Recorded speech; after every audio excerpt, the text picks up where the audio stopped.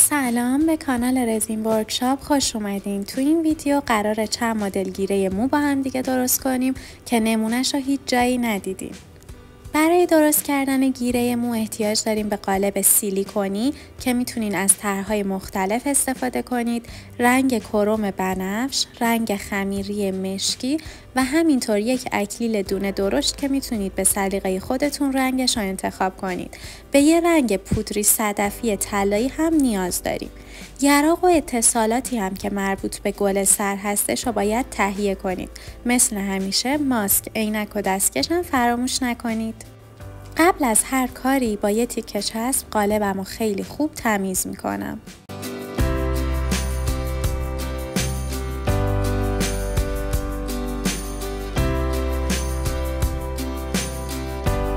من برای این قالبم از 30 گرم رزین و هاردنر استفاده میکنم.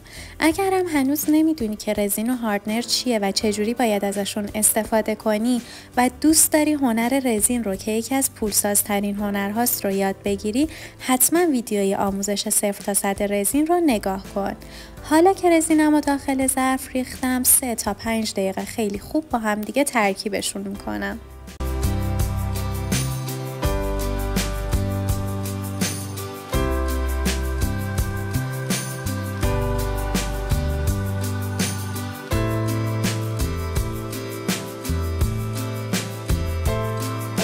حالا رزینم آماده است و میتونم ازش استفاده کنم.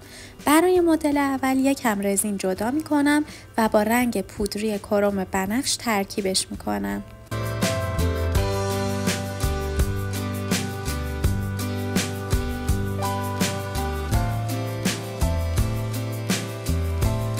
رنگ و رزین رو خیلی خوب با همدیگه ترکیب میکنم تا تمام پیگمنت های رنگی از همدیگه باز بشن.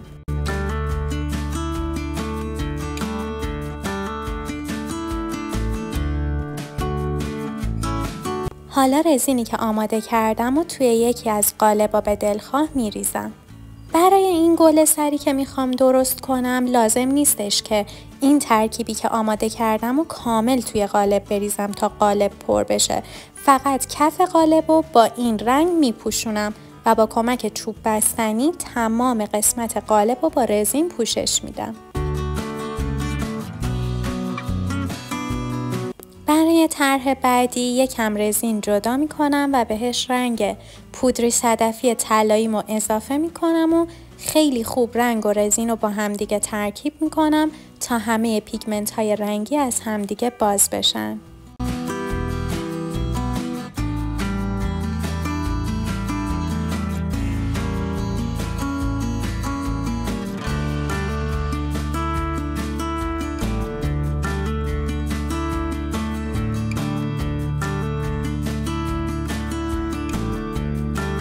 حالا ترکیبی که آماده کردم و توی قالب مثلثی میریزم.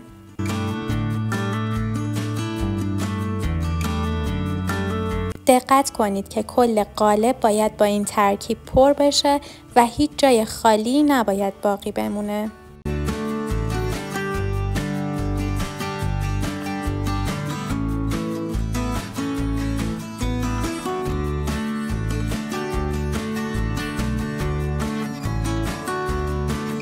با کمک چوب بستنی رزین رو به همه جای قالبم میرسونم.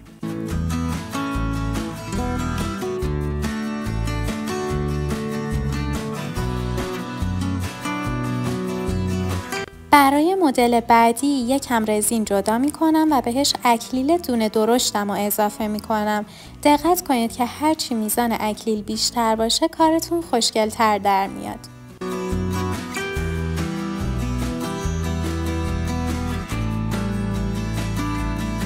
رزین و اکلیل رو خیلی خوب با هم دیگه ترکیب میکنم. هر جا که احساس کردین مقدار اکلیلتون کمه میتونید اضافه کنید. قالب مستطیل شکلم رو با این ترکیب پر میکنم.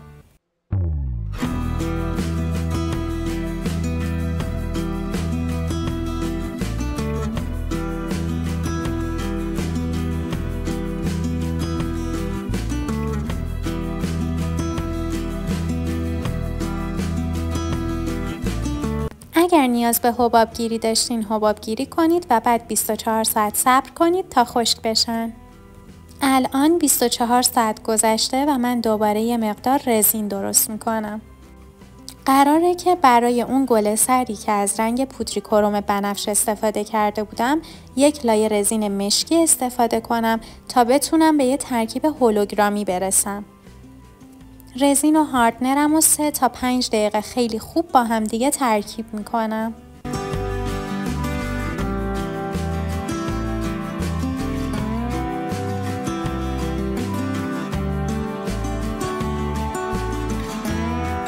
رزینی که آماده کردم و با رنگ مشکی خمیری ترکیب میکنم. اگرم هنوز نمیدونی که از رنگ‌های رزینی چجوری باید استفاده کنی، حتما ویدیوی آموزش رنگ‌ها رو ببین. رنگ و رزین رو خیلی خوب با همدیگه ترکیب میکنم تا پیگمنت‌های رنگی کاملا از همدیگه باز بشن.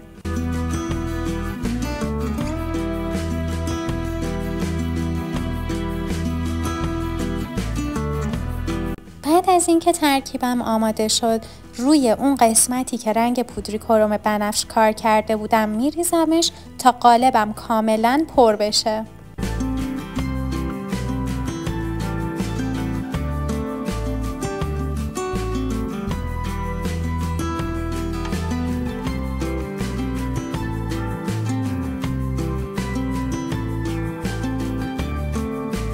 با کمک چوب بستنی رزین رو پخش میکنم تا به همه جای قالبم برسه.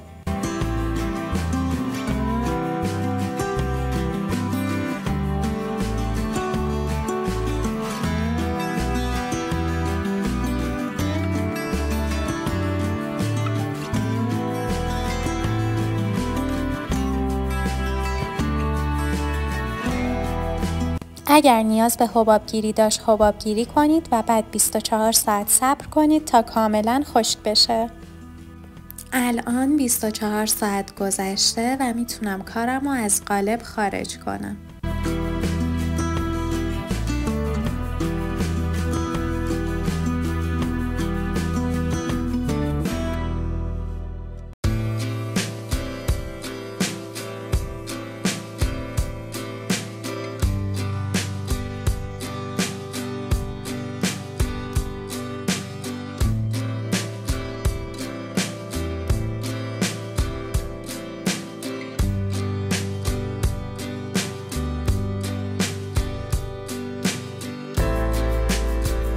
به گیره هام چسب قطره‌ای میزنم و بعدش گل سر رو روش میچسبونم.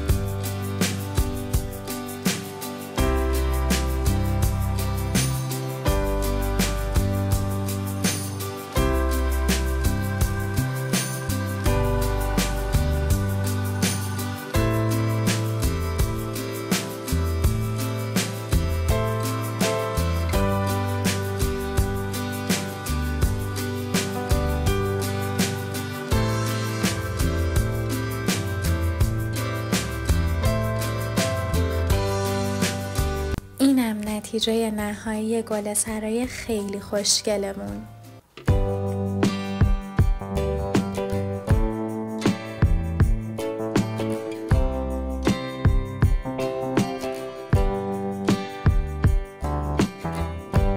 توی ویدیو بعدی یه جا کلیدی آکواریومی خیلی خوشگل رو با هم دیگه میسازیم.